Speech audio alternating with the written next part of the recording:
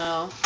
No, if someone put that song good, then that's not what they were dancing to. Yeah, no, it is what they were dancing to, and it's all wrong. How would you know? I know because I was there. No. Yeah. I know it. It's wrong. It's bad. Bad, bad, really bad. And they should feel bad. No. Yeah. No. Yeah. It's in the dishwasher again. No. We didn't have enough dishes to run it, so we went out to dinner. No, that's fine. Hi, everybody. That's good. It was great. I have no complaints about it. I'm just saying. Yes. I worked half and half. Where did I go? What the heck?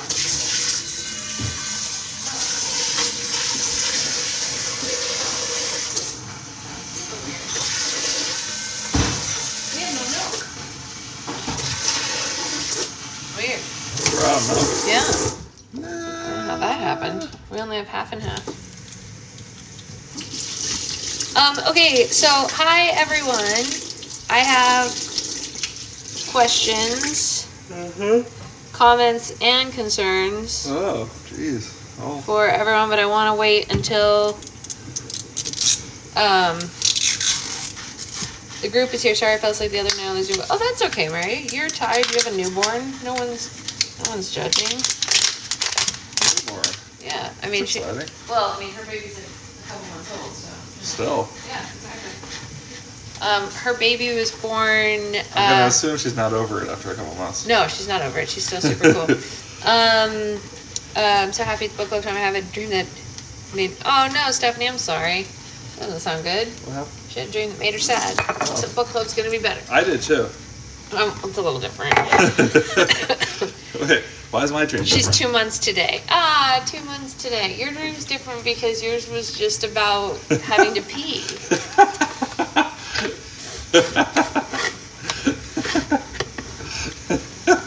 Isn't it? There were layers to it. Christmas baking my tail off. I hope everyone's festive. We are festive. Okay, so I have a question for you guys. This is a serious question scenario. I have a question also. The Vikings played today with another new QB. Uh-oh. Hooray! No, she's crying about it. She doesn't like it. No, I know.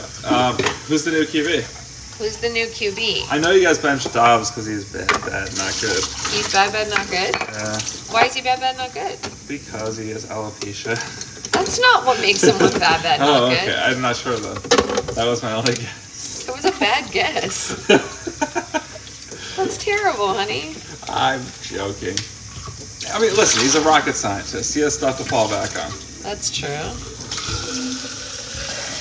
Oh, the people upstairs are moving their elephant furniture around. Cool. They're definitely not assholes. Okay, so my question, Mullen is back from his injury. Oh, Nick Mullins. Mullen. Oh, you know what? I knew that. I forgot. And he's been good in the past. There's some hope there. Okay, wait, but can we please talk about my scenario? It's important. Yeah, let's talk about Nick Mullins and his history. No, that's not my scenario. Oh, okay. Okay, so I need you guys to put yourself in my shoes for a second and imagine this world And then put yourself in my shoes. that you can. Okay, how about this? You can choose to either put yourself in my position or put yourself in your put yourself in boyfriend's. your own position. No. They have to common either sense. listen. They have to either put themselves in my shoes No, or that's they. not fair. Anya said, "Okay, what size are you?" That was funny. Hi. Okay. So everyone now has to choose their character for the scenario. Are you me or are you secret No, boyfriend? this is not what we're asking.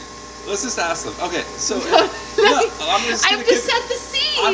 I'm gonna give them a scenario. I was gonna give them the scenario. No, you're not setting the scene. You're trying to prime them for you. Okay, listen, my sweatshirt from Bad Addiction Boutique. Okay, so this is what happens. Imagine there's a set of. Imagine you answer the No, door. I can give them the setup. I'm giving No. them the scenario. No, okay, so Oh my god. here's what happened. Secret Boyfriend and I are out in the world just doing like the normal things that we do, okay? And there are We got a three. fight club. We got all sorts of things. There are 3 raccoons in a trench coat out there being a human. This is not what we were talking about earlier. Yes, at wait, all. I'm getting there. Oh my I'm god. getting. Okay, there are 3 raccoons in a trench coat. Gaslighting all. She's gaslighting me. Someone's being gaslit right now. Let me finish the story. There are 3 raccoons in a trench coat, and they meet us, okay? And they say, wow, those are some really nice humans. I would like to know them. But then they find out that... No. And they find out that both Secret Boyfriend and I are not in the market for new friends. And the fact that they're posing as an adult human is... Shira said that man is done with you already for today. So they're posing it as an adult human, but the problem is they know that Secret Boyfriend and I are too introverted and we don't need any new friends. So they have to come up with a new... True, I'll take new friends. Why do you want new friends? Just in case. I don't want new friends. What? I don't like new friends. Okay, so in the scenario, I don't want new friends. I want 3 raccoons. You don't know they're 3 raccoons. You think they're human. No, I see the trench coat and are still raccoons. You are idiots. No, they are hidden and they think that they are a human, right? Okay, so they come up with another plan because they know that they can't be humans and get into, or they can't be an adult and get into our lives. This is when the horror movie starts. Okay, so instead, they put on 3 synthetic baby skin suits. Okay. Yes, that's right. They fold their disgusting raccoon bodies into baby skin suits. Lifelike ones. With all of the lumps and the hair is getting lumped up in different spots. Just a lumpy mess of a baby skin okay, suit. so then they know, With a little zipper they around know it that somewhere. I will love them and be a good mom. So they show up at my door and they ring the doorbell, and at the door is 3 adorable little babies. And so I see them and I say, oh my gosh, At the babe. door is 3 lumpy No, skin it's suit babies. raccoons. We see them as babies. No, And so we have to the fact adopt that they're them. misshapen horror babies. No, they're not. They're babies, and we're adopting them. So I have to adopt these 3 babies, okay? No, So, they're not babies, once again. They're raccoons. well, yes, that's true. They are raccoons in a baby skin suit. That is true. But in the scenario, I believe, yeah, maybe one's missing a leg. Like our special boy. Stumpy, you hate that. You would hate that, babe. Okay, so I see them at the You know door. you hate that. I see them at the door and I want to adopt them. And so I say, babe, there are 3 babies that someone dropped off at our door. Special Boy is sad that we replaced him. Well, we gave him to you. So, you know. So anyway, I say, babe, there are 3 babies at our door. We've been gifted with triplets. And because Secret Boyfriend loves me so much, he's like, fine, we can adopt the 3 babies Right. that someone left at the door. I feel better, but I'm convinced it's still sick and this is a fever dream. Oh, yeah. So my sweatshirt is from Bad Addiction Boutique, you guys. Let's get the, No, people are asking. That's like the 4th time someone's asked. So I just wanted to tell them so they can stop. So, It's an amazing sweatshirt designed by some sort of art genius. Let's get back to the... okay, so the question then becomes, so then in this scenario, this is the problem. So we're loving the babies and we're raising the babies, Wait, but what? we're loving the babies and we're, She's delusional, loving disgusting raccoon skin suit babies.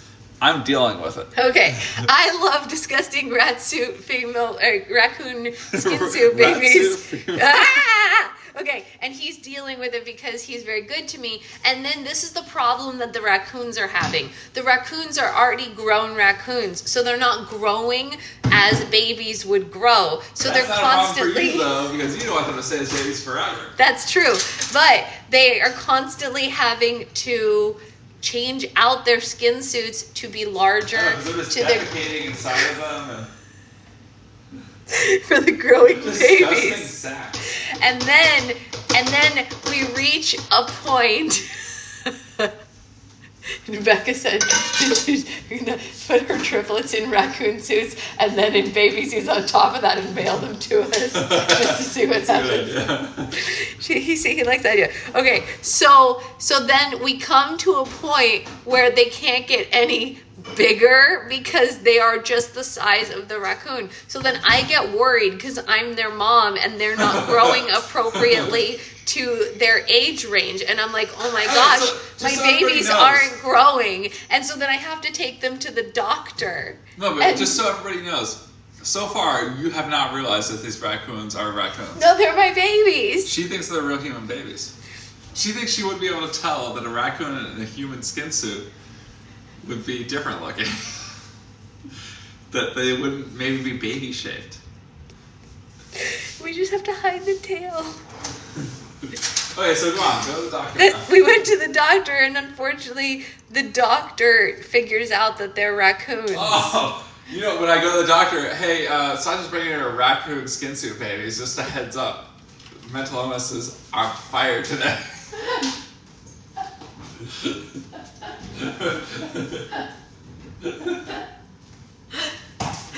So I just wanted you all to What? I just want you all to decide who you are in the scenario. Oh. Becca said your mom didn't notice. Someone please revoke her license. Well, my mom is not a pediatrician, you guys. She's an old person doctor. Tiffany is a concerned bystander.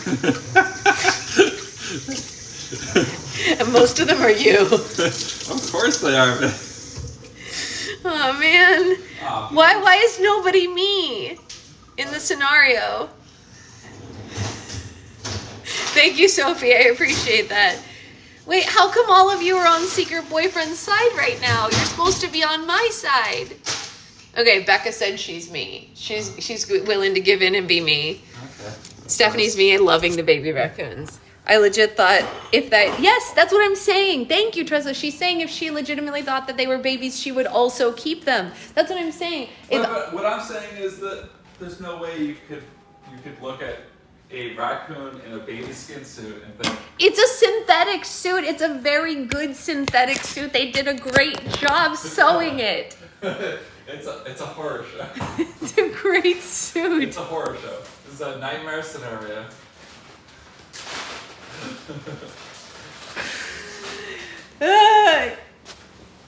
Okay, Tiffany, I actually have to tell you you're wrong about that. I'm sorry. So what Tiffany said was, I mean, AI is really skilled, but I'm here to tell you. No, we tried to get AI to make a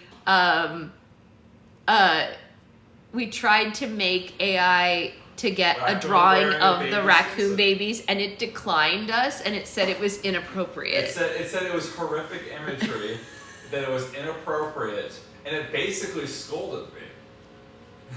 So and then I said no, I want the cute version of that, not the horrific version, and it said that doesn't exist. And nice try trying to trick me. Literally. The machines agree.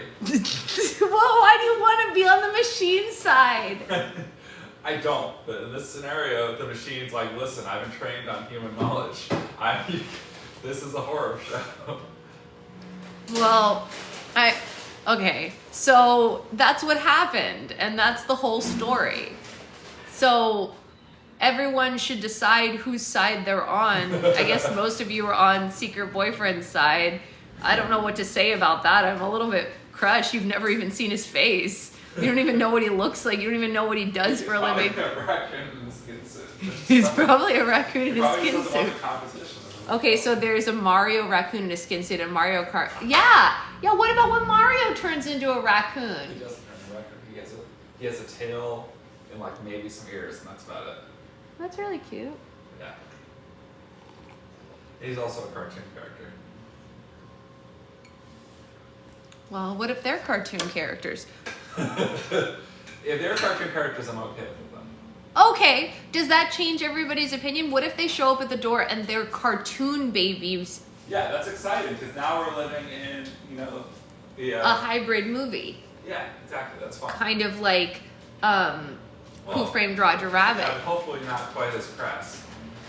I'm a little crass. A little crass. Just not murdery. Yeah, like Alvin and the Chipmunks. That's exactly what I was saying. I told him that earlier. I said Dave adopted three chipmunks and it was fine. That's because he was exploiting them for money. It's because he was exploiting them for money. Thank you, Becca.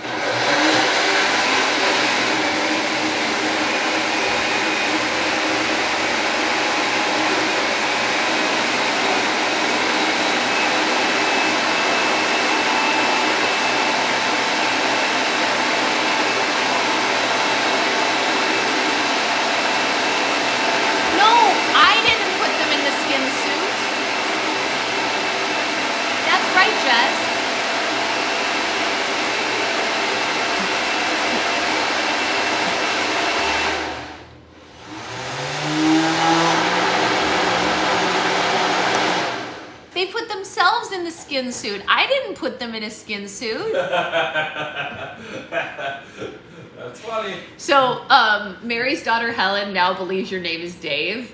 What? Because of Alvin and the Chipmunks. That's how that works. Yeah, they put themselves in the skin suit to trick me into believing that they were human babies so I would adopt them and take care of them. I didn't put them in a skin suit.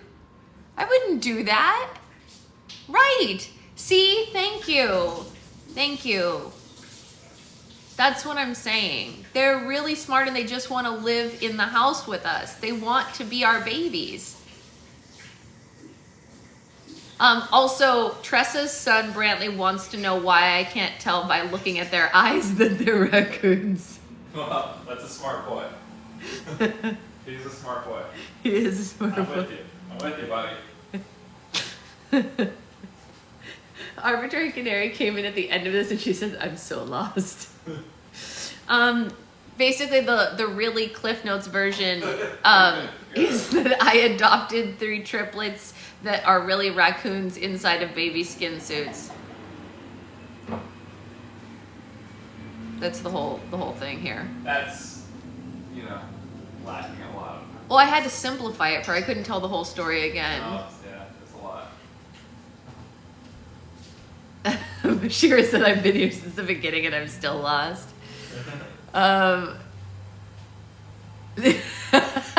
Wait, was this a dream or did you really just start talking about this out of the blue? Well, okay, you see what happened. Well, no, what originally, it originally started because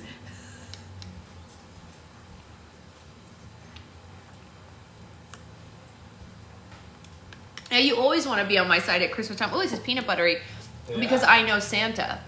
I'm friends with Santa, so you have to be on my side at Christmas time. No, you don't. Yes, I do. My mom is his wife's doctor. My dad is Santa, so. No. No. My mom is Mrs. Claus's doctor. Her name is Mary Jane Claus, and she's been a patient of my mom's for like 12 and a half years. You think I'm being funny, but I'm not. It's true. No, I know what you're saying. I get it. It's true. When I first heard about it, I was like, what the heck? But she only orders products between February and November, and then as soon as Thanksgiving hits, poof, she's gone. My sister is texting me. Oh, what? It's not the time to be texting me.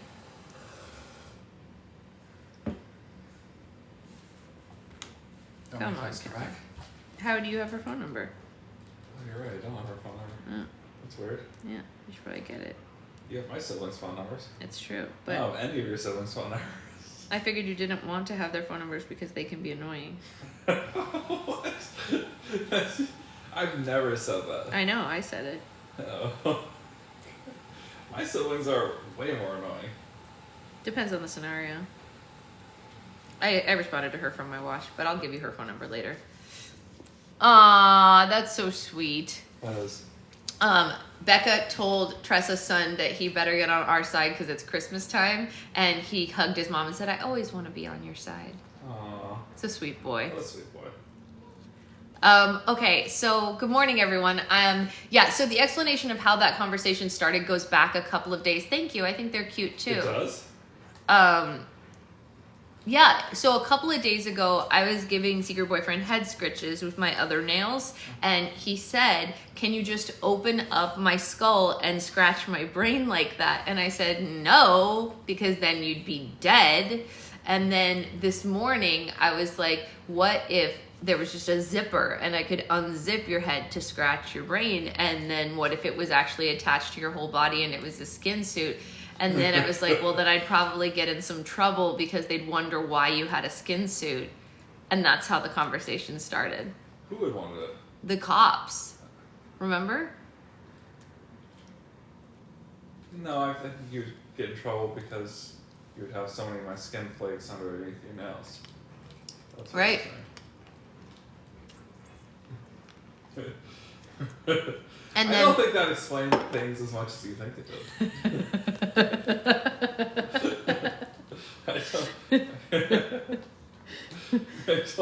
I don't know how that explains anything, if I'm being totally honest.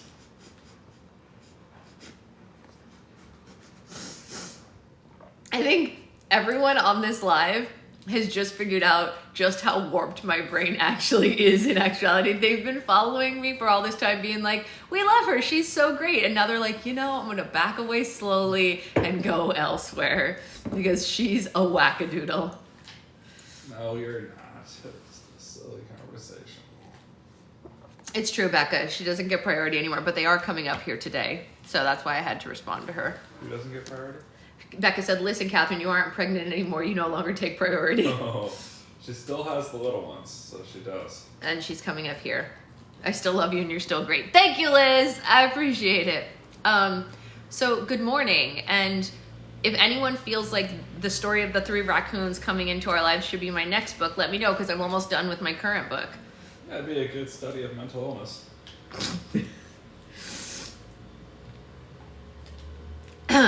It would be a good study of mental illness.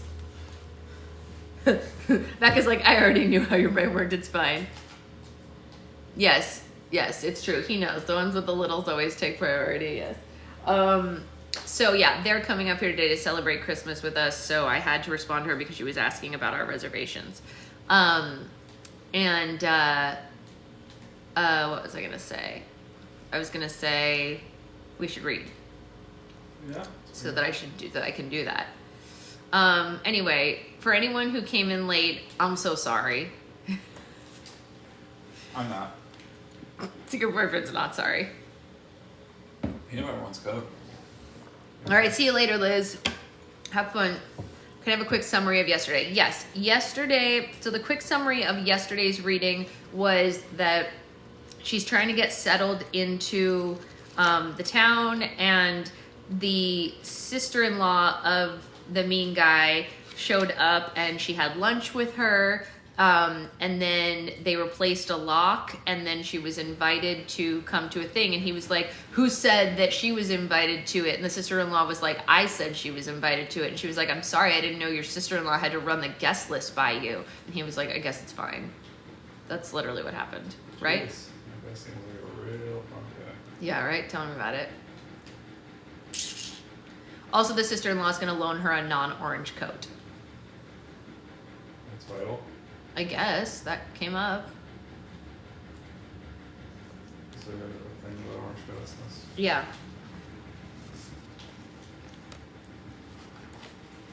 Oh, this is great. Max is going to come. That's great. Well, he had to work. Yeah, he's going to come separately. He's just going to meet us for brunch. Okay. That's exciting. He can't make it to the earlier part, but he's going to meet us there. That's great. They're both driving all this way. It's such a long drive for Well, people to do it separate. It is, but Max isn't going all the way home afterwards. He's going to go to his office afterwards. That's why they need to take separate cars. So, that's fine. Whatever. Also, Secret Boyfriend ruined my Christmas spirit by not doing the Rudolph callback parts. Yes, wow. Do you want to, he couldn't hear. He had his headphones on. It wasn't personal. Do you type on a watch? My eyes could never. Actually, my watch has a thing where I can draw the letters, so I don't have to type on little tiny screen. I basically have a little square that's like this size, and I wrote YES, like that. Wow. That's true, Becca. Yeah, the drawing thing is super useful. Okay, so let's get to reading because we do have to get ready before the kids get here. Everybody send good vibes into the universe because the last presents for my niece and nephew are literally on a truck coming here right now, and I would really like them to arrive before the babies arrive, not after the babies arrive. While I'm in class, it shows up on my iPad, and yeah, it's true, Grace. So everybody send good shipping vibes into the universe because I would really like to give them those gifts today. It would make me very, very, very happy. It would warm my heart deeply if I could give them these gifts on this day. Sacrifice a goat to Jeff Bezos. What if we sacrifice one of the baby raccoons? Oh, wow. Then they'll know I'm serious. I did. That's how we're going to prove how serious we are. It's like Sasha Abraham often and Jacob. sacrifices things to show people how serious she is. Well, you know. Is it raccoons being delivered? If it is, I don't know about it, but I'm willing to accept them. Of course you are. Yeah, if the baby raccoons show up today, I'm definitely going to hang out with Zoe and the baby raccoons, and we're going to train them all day. Zoe would be very excited. Zoe would be super excited. Oh, come on. It wasn't going to be Miles. It was going to be, or she thinks that because the triplets are now her triplets that I was going to sacrifice Miles. But she said, whoa, you can no longer have Miles. No, I'm not sacrificing one of your children. I'm sacrificing one of the raccoons. I would never let her sacrifice a real baby. Don't worry, everybody. Yeah, not a real baby, just a raccoon. And by sacrifice, I don't mean I'm going to kill them. I'm just going to, like, send them out into the universe to deal with this. A ritual sacrifice where you bloodlet. No, I don't do well with blood. That's right. Yeah. I'm wondering now if the audio of this gets... For it someday. Yeah.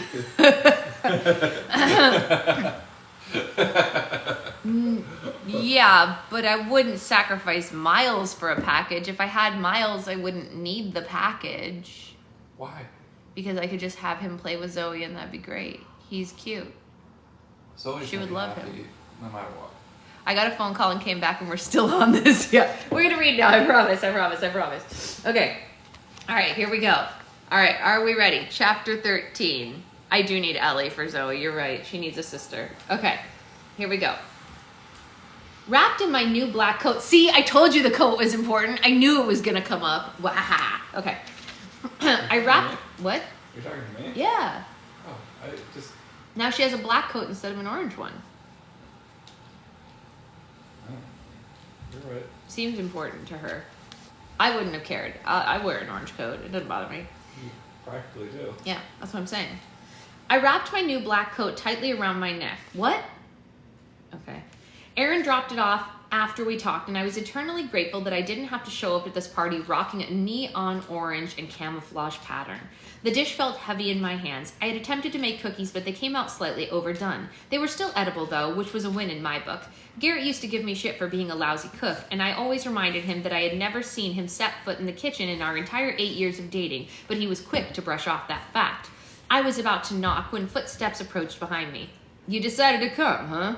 Giles stood behind me, dressed in his usual brown utility jacket and a beanie. I hated how attractive he looked with his blonde curls poking out against his stubble. I was invited. I smiled at him, determined to make tonight a turning point in our relationship. He looked down at his boots and then back up at me. You're pretty persistent. My eyebrows shot up at his comment. Persistent because I took a job that was offered to me, or persistent because I came to a party that I was invited to? He smirked. Fair. Funny you calling me persistent. I turned around. Giles took a step up so that we were standing next to each other in the doorway. What do you mean? You're the persistent one. You're so stubborn. You know I've been doing a good job, and you know I'm not out here as some corporate villain. I'm a nice person, Giles. I promise. I held up 3 fingers inside my mittens as if I was still in Girl Scouts. You just have to give me a chance, and you'd see that. He broke eye contact and scratched the back of his head. I know you're not evil, Maddie. Then please... We were interrupted by Johnny swinging the door open. Hey there, I thought I heard someone talking out here. Did you two come together? He wiggled his eyebrows suggestively. Giles ignored the comment and pushed past him. Nope, just a coincidence. Hi, Johnny, I said. Where can I set this? In the kitchen. He gestured for me to follow him. We walked through an open concept living room that felt very homey with matching plaid couches and a shag rug. A few people were milling about, and I could see more people bundled up outside in front of a large teepee of wood. We were just about to get the fire going. Oh, sorry. That's a quote. We were just about to get the fire going. Make sure that you get some hot chocolate. Johnny grabbed Giles by the shoulder. Come on outside and help me with this thing. The two of them disappeared through the back door, and I made my way into the kitchen. I was happy to see Erin was in there already. She was sitting by the stove stirring multiple pots. Maddie, I'm so glad you came. She raised the non-stirring arm, and I rushed over to give her a side hug. Well, thanks for the invite. Your house is adorable. Thanks. It was my grandparents' house. Wow, really? It's so cool that you kept it in the family all these years. I set down my cookies on a large laminate peninsula that separated the kitchen from the living room. She shrugged. Well, it's not that uncommon here. Can I do anything to help? Can you grab the peppermint schnapps out of the liquor cabinet? It's the one next to the fridge with the glass doors. Turning around, I walked over to the cabinet and stared at it for a moment before producing a clear bottle with a red label. Here you go. Thanks. Do you want some hot cocoa? I nodded eagerly. If that's where the schnapps is going, then yes. I'm going to need a double layer of warmth if I'm going to be standing outside all evening. She chuckled. You'll be surprised how warm it feels once they've got the fire going. Yeah, sure, I said, not convinced at all. It was like 20 degrees outside, and back in Florida, you wouldn't even catch me outside if it was below 50. Tressa, we don't know. It was never clarified. It's just some kind of get-together. So they called it a bonfire. They didn't specify like what for or anything like that. It's a vanity of the bonfires. Say that again? It's a vanity of the bonfires. I don't know what that means. Okay. How's your game going? Fantastic. Are you winning? I actually have been winning. But it's not really that type of game, so. Oh. Oh, what game are you playing? So Oh, I thought you do win on those. you win individual levels. But Yeah. then you start a new level and then you lose again. Oh, right. Okay. While you're in here, would you mind taking that dish of mac and cheese out of the oven? Yeah, of course. I grabbed the oven mitts and removed the foil-covered glass pan. Try it for me, will you? I took a fork and scooped up a small amount of the bubbling mixture. I blew on it carefully before taking a bite, and flavors exploded in my mouth. Oh my god, that's like the best thing I've ever tasted, I exclaimed. Thanks, I love to cook. An idea sprang into my mind. Did you hear that we're trying to open a lounge in the lodge where the old restaurant used to be? She nodded. Yeah, Johnny mentioned something about that. We need someone to help out in the kitchen. Any chance you'd be interested?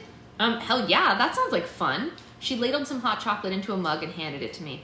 I took a sip of the warm beverage and felt my insides start to thaw. The sharp taste of peppermint liqueur and added a lingering heat to my throat. From my vantage point in the kitchen, I could see out in the yard to the soon-to-be bonfire. Johnny and Giles both lit a piece of rope or something on fire and placed each one in the center of the pit. A small fire started to bloom at the bottom. Once the rest of the sticks caught, it would be pretty impressive. It didn't mean I was dreading going outside any less. Giles wiped his hands on his jeans and stood up to admire his handiwork. I bit my lip and stared at him. Having grown up hardly seeing anyone wearing winter clothes, I was surprised to find how I liked how men looked in them. Rugged, burly even. Giles especially pulled it off quite well. Ugh, why did I have to find him so attractive? Before I could scold myself for my intrusive thoughts, a pretty woman with dark hair wearing a red coat tapped on Giles' shoulder. She did not look happy as she pulled him away from the fire. Her arms were crossed and she appeared to be scolding him. Giles' body language was very closed off. Who's that? I asked Erin, not able to disguise my curiosity. She glanced up before responding, Oh, that's Julia, Giles' ex-girlfriend. They dated all through high school and on and off when he went pro and he was always traveling. Shaking her head, she continued on, They should have called it quits ages ago, but since Giles moved back, she's been on him to commit to her. It's his fault for always leading her on. I always told him that if she's not the girl for you, you need to let her go once and for all. Is he a hockey player? No, he's a snowboarder. They find your commentary and giggling entertaining. They like that you're giggling in the background. Who is giggling at the same moments that Secret Boyfriend is giggling? Who is having the same reactions as he is to this? They're laughing right along with you. So you're giving them the real time whatever they need. My interest was officially sparked, and so I watched the two of them continue to argue in the backyard. Funny, Giles seems so stoic, it's hard to picture him in a relationship. She snorted. That stoic attitude translates to bad communicator in relationship terms. So, are they back on right now? Tressa, we'll do our best. We'll do our best. We'll be nice. Come on. What? She said, are we sure we want to have a discussion with the author after the book is over? Oh, yeah, be nice. We'll be really nice. We have to be supportive of the community. If I'm going to participate in the community of indie authors, then I need to be kind to others, you know. That's the right thing to do. Who knows with those two? Giles probably led her into thinking that, but now he wants to free himself up when the tourist crowd hits. I'm sure he would prefer to flirt with some blonde girl from California here on a ski trip than argue with Julia one more time. She just dished out the last mug of hot cocoa and then clapped her hands. All right, let's get everyone in here to take a plate. No, I know you're teasing. I know you were teasing, Tressa. I know you're not a mean person. I didn't think that. After calling outside, everyone bustled into the kitchen. It was a frenzy of plates and spoons and food being passed around. I made a few polite introductions, but so far was feeling out of place in a town where everyone had grown up together. I couldn't help but notice that Giles and Julia did not come inside with everyone else. I would pay to be able to eavesdrop on whatever they were discussing. For some reason, the idea of Giles as a boyfriend fascinated me. He seemed hardly capable of a warm human interaction. Once everyone had finished their plates, we made our way outside to the roaring fire. I clutched my hot chocolate as if it could somehow raise the outside temperature by 25 degrees. My teeth chattered. Relatable content.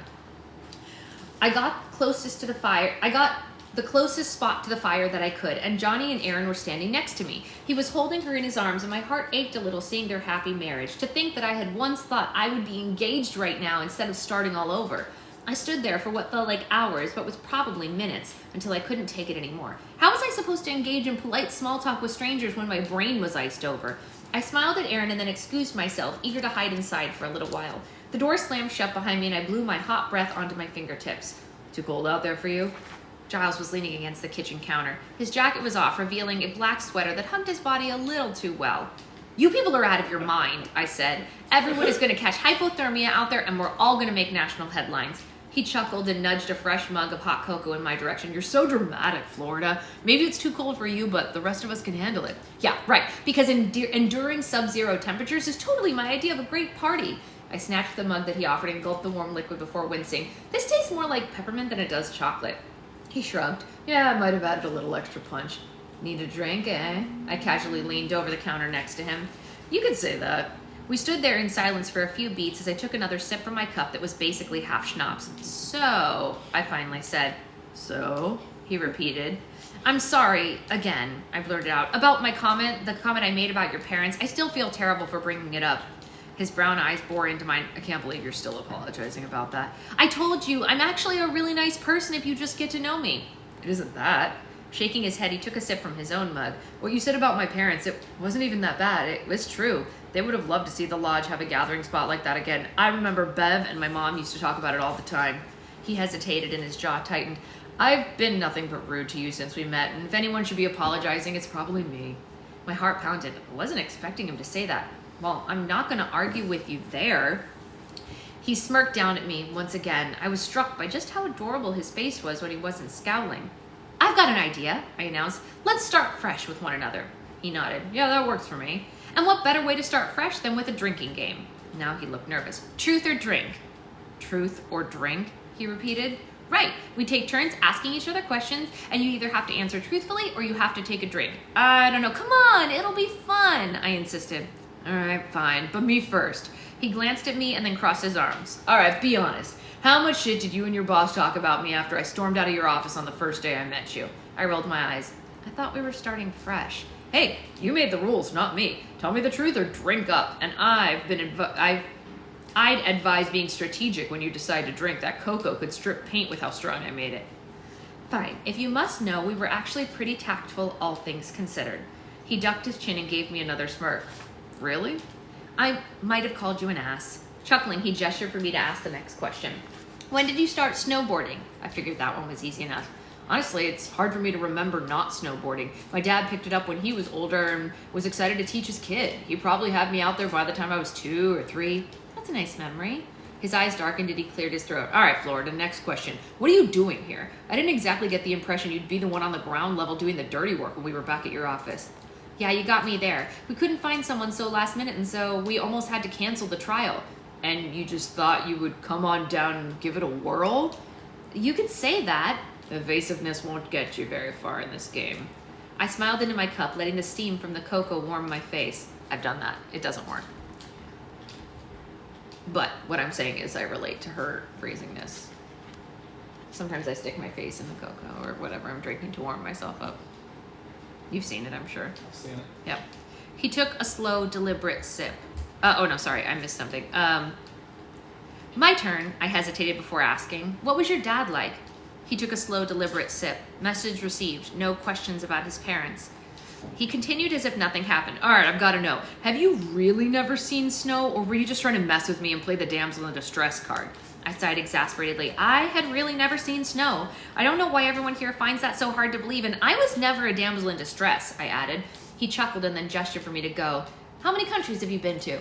40-something. He said it so casually that my mouth hung open. 40-something? That's incredible! He shrugged. There were a lot of opportunities to travel when I was boarding professionally. Why? How many countries have you been to? 2, if you count the one that we're currently in, and the other was the Bahamas when our cruise ship docked there. Wait, you've never left the country? How is that even possible? Do you have a passport? Excuse you. Yes, I have a passport. I just told you I went to the Bahamas. That counts as leaving the country. You didn't even have to get on a plane. You probably spent 5 hours there. My mouth snapped shut. It was only 3 hours. Well, whatever. Sorry I haven't had endless opportunities like you, Mr. Hotshot. You don't want to see other parts of the world? I considered this. Growing up, I had always dreamed of going to different countries in Europe or Asia, but I wasn't sure when that dream died.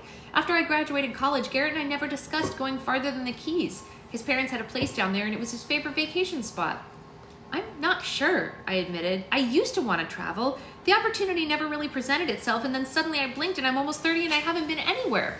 Well, it's not too late. What's your favorite country that you've been to? He thought about it for a moment before responding. Probably Japan. I had a few great boarding trips out there, and the country is all around spectacular. Wow, I'd really love to go there someday. You should, he said, nudging my shoulder. Butterflies exploded in my stomach on contact, and I took a sip of cocoa to hide my flushed cheeks and ease my nerves. This easy banter between us was something that I could get used to. Hey, what about the game? He protested after my sip. I didn't even ask you an uncomfortable question, and yet you already took a drink. Oh, shit, I forgot. The conversation was flowing so naturally that truth or drink was the last thing on my mind. Do I get a pass on your next question then? No way. He stroked his chin as if he was racking his brain to think of a really good question. What was your last relationship like? I winced as reality smacked me in the face. He caught my change in demeanor. Or your current relationship, I guess? I shouldn't assume anything. No, definitely former, I wavered. It's just a bit of a sore subject. No, it's just you, Tressa. Well, and Claire above you. Giles raised his eyebrows, encouraging me to continue. We were together for a really long time. We lived together. I thought he was the one, but he cheated on me instead. He sucked in a breath. Ouch. Yep, he was doing it for months. Double ouch. With my best friend. Holy shit, Florida. He rubbed his hands over his mouth. That is tragic. How did you find out? I walked in on them. He clutched his chest. That's it. I need a drink after that saga. He took a sip of his cocoa. I shook my head, still in disbelief at the story, even though it had happened to me. Yeah, all my so-called friends knew about it too, and they didn't tell me. Some friends? Yeah, all the more reason to start over, right? Ah, so that explains the sudden change in zip code. I nodded. Despite his constant berating me since we met, I felt weirdly close to Giles in this moment, like we were friends or something. This was the most I had opened up to someone outside my family in a long time. I thought about telling him the whole truth about the engagement, about the pregnancy, but I couldn't do it. It still hurt too much to rehash. Plus, it made me feel utterly pathetic. It's your turn to ask me a question, he whispered. Same one. What was your last relationship like? He scrunched his eyebrows and his face contorted into one of pain. He eyed his beverage as if he was about to take a sip before I elbowed him in the ribs. Do not even think of taking a drink. I just spilled all the horrific details of my relationship and breakup, and now it's your turn. No way that it could be worse than mine. No, her friend is, Tressa. I couldn't say worse, but it's just not my finest moment, he sighed. My last relationship is also my only relationship. I met her when she moved here in high school, and we were just two dumb 16-year-olds. And after we graduated, she wanted us to go to school together to get married young. It's super common here. But I was getting sponsorship offers, and I had done a few Colorado competitions, and I wanted more, so I left, joined a team, moved away, and broke her heart. That doesn't seem so bad. I trailed off, thinking about the interaction between the two of them in the yard. Those wounds still seemed fresh. Well, that's probably not the worst part. Anytime I was home for a long period of time, I'd always hang out with her, talk to her. I told her things I probably shouldn't have. Like what? I pressed, dying to know the details. Like, maybe I wish we could be together, I gasped. You did not. He looked guilty. I did. That is awful. Why would you lead her on like that? He groaned. I didn't mean to. Part of me genuinely felt like that. I dated and I was with other girls, but she was the only stable relationship I'd ever had, so I thought that it meant something. But it didn't? It didn't, he confirmed. And because I always said those things, she never got into any other serious relationships, so when I moved back for good last year, she thought we would finally be together, and I had to tell her I wasn't in love with her. Harsh. He nodded. Now we see each other all the time, and I have to see the pain all over her face. I think she still thinks I'll change my mind, but a relationship is the last thing on my mind right now. I nodded. Yeah, I know what you mean.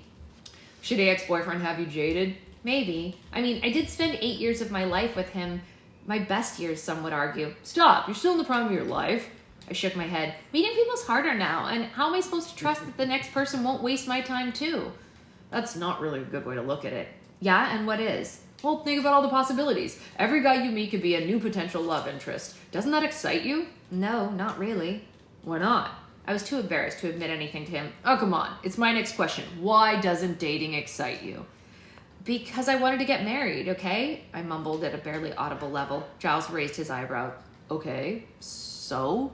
So I thought I was this close. I held up my index finger and thumb to getting married. I know it's not cool to admit, but I've always dreamed about getting married. The fairy tale wedding, starting a family, and the fact that you found your forever person, the one that I picked over everyone else. My voice cracked at the last words and my throat was thick with emotion. Shit, do not cry in front of Giles. To my surprise, Giles just stared at me instead of making an excuse to leave. I wouldn't worry about it, he said. How can I not? I spent years of my life with the wrong guy and now I have to start over. Well, the right guy won't keep you on the back burner like that. Trust me, he was never the right one for you. And when you meet your guy, he'll be dying to claim you forever. I blinked a few times and finally smiled. Can we change to a lighter topic? He asked. Laughing, I thought for a minute. Have you ever broken a bone? Arm, twice. He thought for a second. How did you get that gash on your forehead? I instinctively touched the cut. I told you, I replied sheepishly. Something about a golf cart?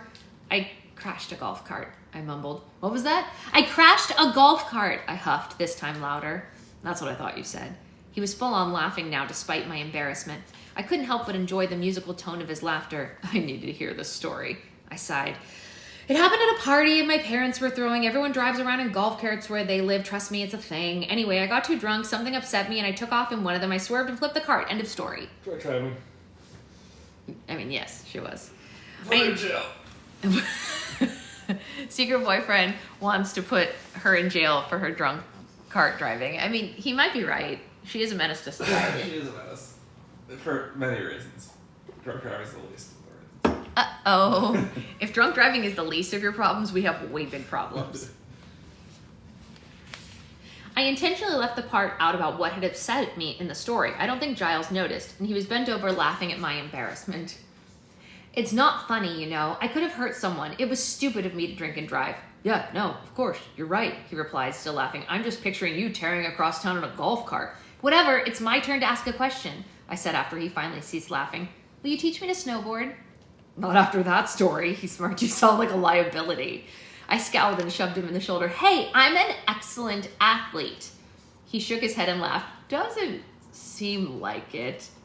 My lip tugged upwards. Despite the embarrassing story, I felt accomplished for making Giles laugh. I like this version of you better, I admitted. His laughter eased and his eyebrows shut up. What version? This version, I waved up and down at him. The one that's nice to me and can actually hold a conversation, not the grumpy one that's always annoyed with me.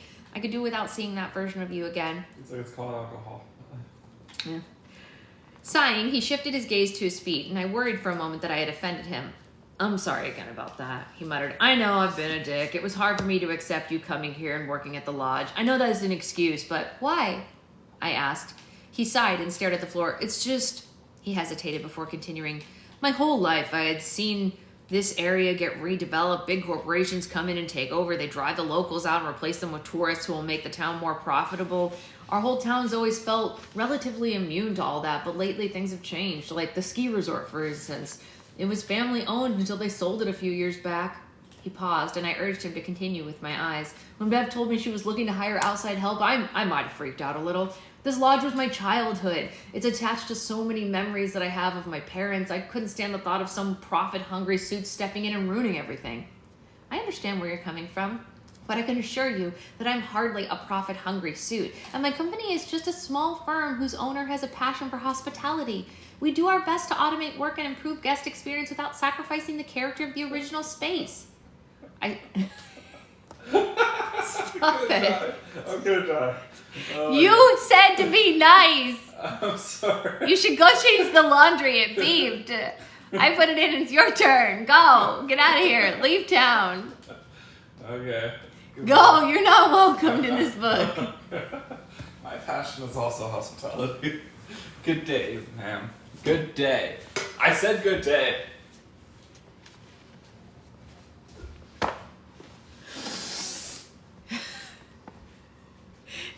What you guys couldn't see is him slowly sliding down the couch and off as he laughed.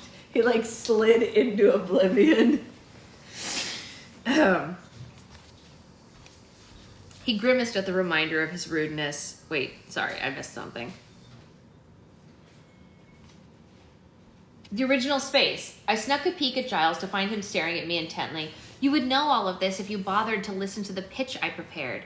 He grimaced at the reminder of his rudeness. Touché. Man, I was a dick, wasn't I? Yeah, a massive one.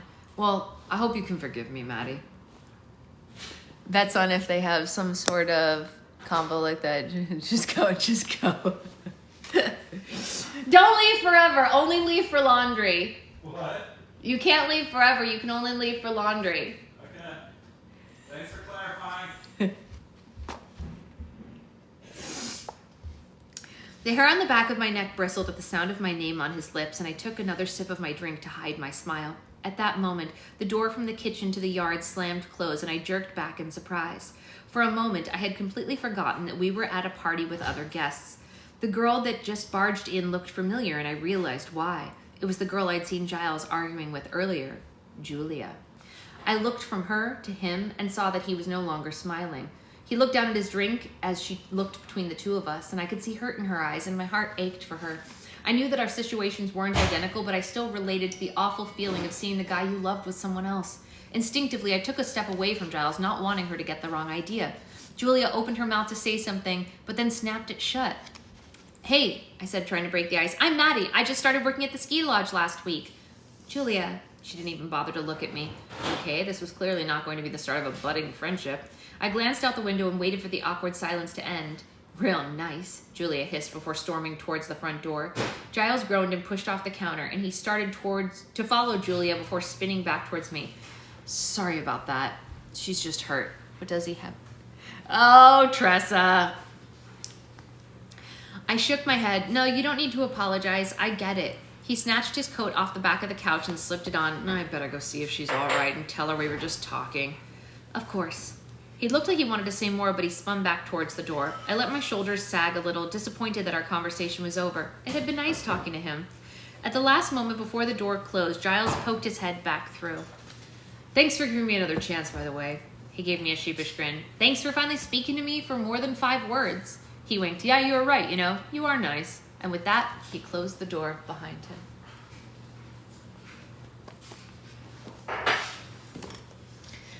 That's the chapter.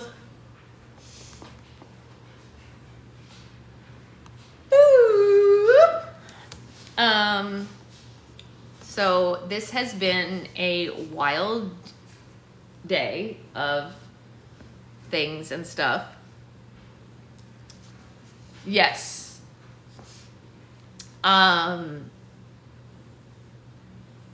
If I don't show up for our next live, you're very right, Claire. It probably means that I adopted some baby raccoons and I'm really busy. I'm so glad, Tressa. I'm glad that this live turned around your mood for the morning. If anyone ever needs to have their mood turned around when they wake up in a bad mood, just join the live and ask what Secret Boyfriend and I talked about in the morning before the live. It's usually something like baby raccoons in a skin suit. Whether that's good or bad remains to be seen, but that's where we're at. So I hope that everyone is enjoying themselves so far. We're gonna go have a Christmas with my niece and nephew. You know, it's not Christmas yet, but this is the last time we get to see them before actual Christmas, and we will be away for Christmas. So we're gonna have that today. As always, Sundays we do not have book club, so there will be no book club tomorrow. We'll be back on Monday, and I don't know what else. That's pretty much the whole kit and caboodle. If you are on Patreon, look out for a lot of information coming as of Monday. There's going to be a lot of polls going up. So that is the sitch. And Sasha, you can't have no book club without us showing with it. The little raccoons or the little kids. Unfortunately, we don't show the children on the TikToks, but I can show you the raccoons. Babe, you can't hear me. I was gonna ask him if we're gonna show our baby raccoons on TikTok. Hey, babe. You must be getting in the shower. The raccoons, yeah. I will show you the baby raccoons if they show up. Yeah. I hope they show up. I hope it's gonna be great. And I don't know what else to say except for that. Okay, I love you all. I'll see you all later. Bye bye.